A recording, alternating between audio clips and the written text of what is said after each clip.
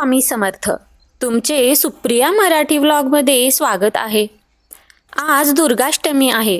दुर्गाष्टमी हा आपल्या कुलदेवीच्या उपासनेचा अत्यंत पवित्र आणि महत्त्वाचा दिवस आहे. या दिवशी शक्य असल्यास घरामध्ये श्री दुर्गा सप्तशतीचा संपूर्ण पाठ करावा.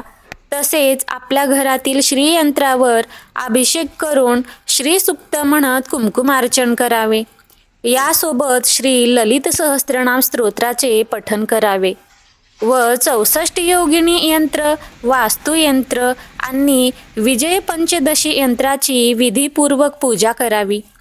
या यंत्राची पंचोपचाराने पूजा करून श्री स्वामी समर्थ नाम जप व नवार्णव मंत्र जप करून हे यंत्र घराच्या किंवा दुकानाच्या प्रवेशद्वाराजवळ स्थापित करावी. या सेवेमुळे घरात सकारात्मक ऊर्जा वाढते, शांतता आणि सुख समृद्धी नांदते, लक्ष्मीचा स्थिर वास राहतो, अन्नधान्याची कधी कमतरता भासत नाही आणि नकारात्मक शक्ती किंवा नजर दोषापासून संरक्षण मिळते.